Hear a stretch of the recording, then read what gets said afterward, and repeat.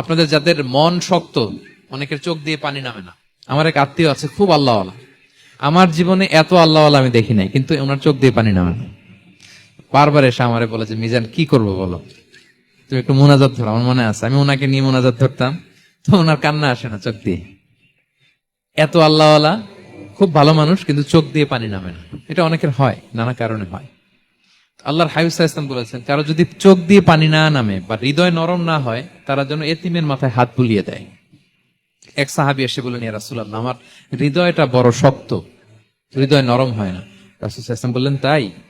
আচ্ছা, আতুহিব্বু আন ইয়ালিনা কলবুক, তুমি কি চাও তোমার হৃদয় নরম হোক, ওয়া তুদরাকা হাজাতুক, এবং তোমার আশা পূরণ হোক?